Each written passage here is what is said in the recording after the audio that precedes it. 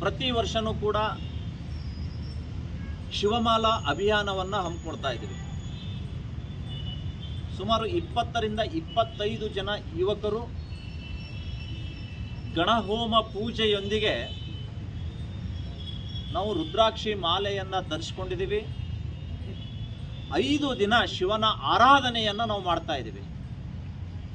ರಾಘವ ಚೈತನ್ಯ ಶಿವಲಿಂಗಕ್ಕೆ ಅನುಕೂಲ ಆಗಬೇಕು ಮತ್ತು ಅಲ್ಲಿ ದೇವಸ್ಥಾನ ನಿರ್ಮಾಣ ಮಾಡಲಿಕ್ಕೆ ಸರ್ಕಾರ ಅವಕಾಶ, ನ್ಯಾಯಾಲಯ ಅವಕಾಶ ಮಾಡಬೇಕು ಅನ್ನುವಂತಹ ಪ್ರಾರ್ಥನೆಯೊಂದಿಗೆ ನಾವು ಇವತ್ತು 5 ದಿನಗಳ ಶಿವಮಾಲಾ ಅಭಿಯಾನವನ್ನು ಪ್ರಾರಂಭ ಮಾಡಿದ್ದೇವೆ.